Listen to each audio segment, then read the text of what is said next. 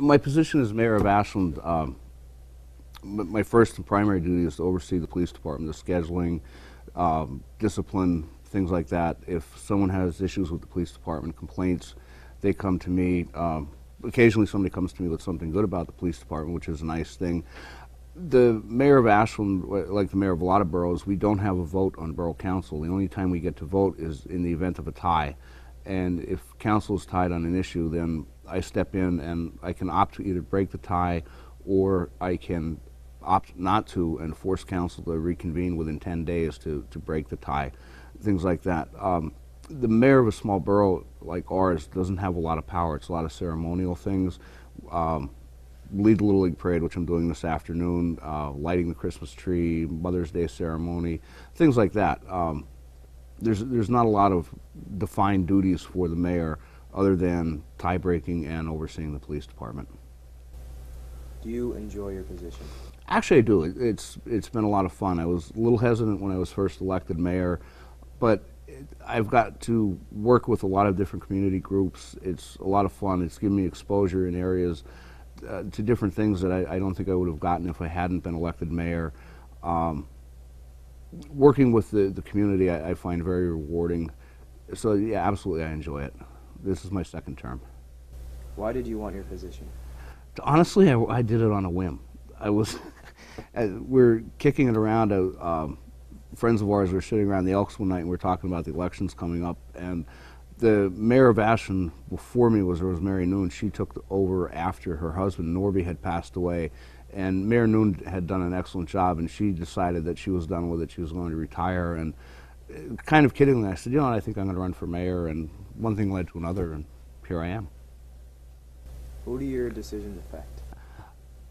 Pretty much the whole town. We've had, I've been mayor for 6 years, and I've had 2 votes to make, and one was declared illegal because it is complicated with the amount of council members that were there, and it was that one vote was for actually the selection of the president of council, and me as a Republican with a Democrat majority on council, I pretty much dictated to the Democrat Party who their president was going to be. So it affected a lot of things because your council president sets the agenda, your council president runs the meeting, a lot of things like that. So it had an effect on really what I would consider my competitors, and things that I do, things that I set.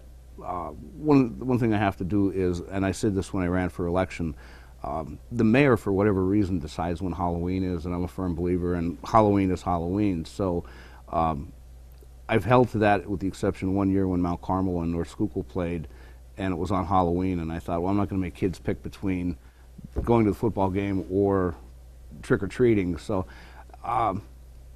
simple little things like that have a town-wide effect. What is your most recent project?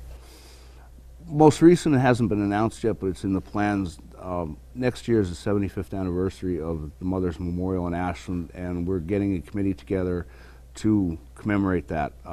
What I'm looking to do, I want to work with certainly the community leaders in town, but I also want to work with the youth in the town. So we're going to appoint a Mother's Memorial Committee for the 75th anniversary, and we're going on that. What is your favorite project? Favorite thing,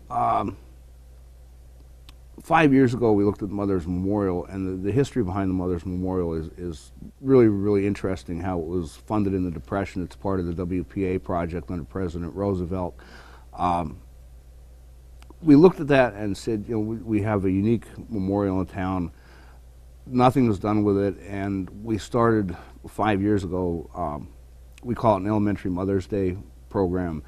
And at 7 o'clock every Mother's Day, we have a program. The children write essays, write little one-liners about their mother, and it's a nice little program that we've had. This will be our 6th one coming up, and it's something I look forward to and something I really enjoy. If you could change one thing, what would it be? I think I'd like to see a little less partisan politics in town. I'd like to see council members, and not only council members, but party leaders, put aside, we're Democrats, we're Republicans, and work for what's best for the community. Put the party labels behind them and work for the best interest of the town. Do you work with students, and in what ways?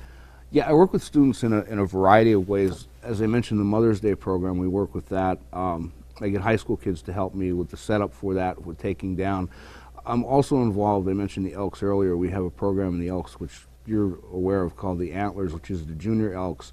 And it's for children between ages 11 and 21. Hopefully it's a segue for them to join the Elks, but we do a lot of community projects. One of the things we do is we have a car wash, and we work for the benefit of the Mother's Memorial. We raise funds for the preservation and upkeep of that. So I work closely with the community on that. Different organizations ask me to get involved. They've been involved with the football program, the Little League programs, things like that. The youth, in my opinion, is one of our most valuable assets. If we can get the youth involved and get them to have a sense of community when they're young, it's something they'll foster and carry with them as they get older, and like instill a little town pride in them. Why do you stay involved? You're either part of the problem or part of the solution. And a lot of people will sit back and complain, and this is wrong with the town, that's wrong with the town. And my feeling is, if you find so many things wrong or you have so many complaints, get involved. There's people that complain and there's people that do, and I'd rather be somebody that gets involved and does something. I like to think I'm working for the betterment of Ashland. How do you listen to others' concerns? Hopefully open-minded.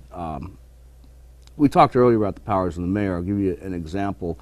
A woman called me Wednesday night, and she was very distraught because her water was being cut off. She hadn't paid her water bill, and she was looking for help. And I could listen to her, I could sympathize with her, I could empathize, but as far as actually doing something, I couldn't. I listened to her concern. I tried to steer her in the right direction. I hooked her up with the president of council. Went to New York the next day, so I don't know how it played out. But you have to be sympathetic. It's not something that, kind of hard to say. You just can't be official. You have to be human when you're dealing with people. Who do you have to answer to? First off is my wife. When the phone rings, she says, "Will you call those people back? I'm sick of listening to them call." But generally, the public. It's you walk through town. It's hard to go through if there's an issue facing the town. Really, it's hard to get away from it. One thing that's on the table in Ashland is they're considering selling our water system, which I'm opposed to, and a lot of people are. And I'll go into a place like Boyer's, or I'll go into Ashland Pizza, and people will say to me, "Hey, what's going on with the water thing?" And it's hard to go really anywhere. This afternoon will be at Little League, and I'm sure I'll get cornered on that again up there. How do you reach your compromises on issues?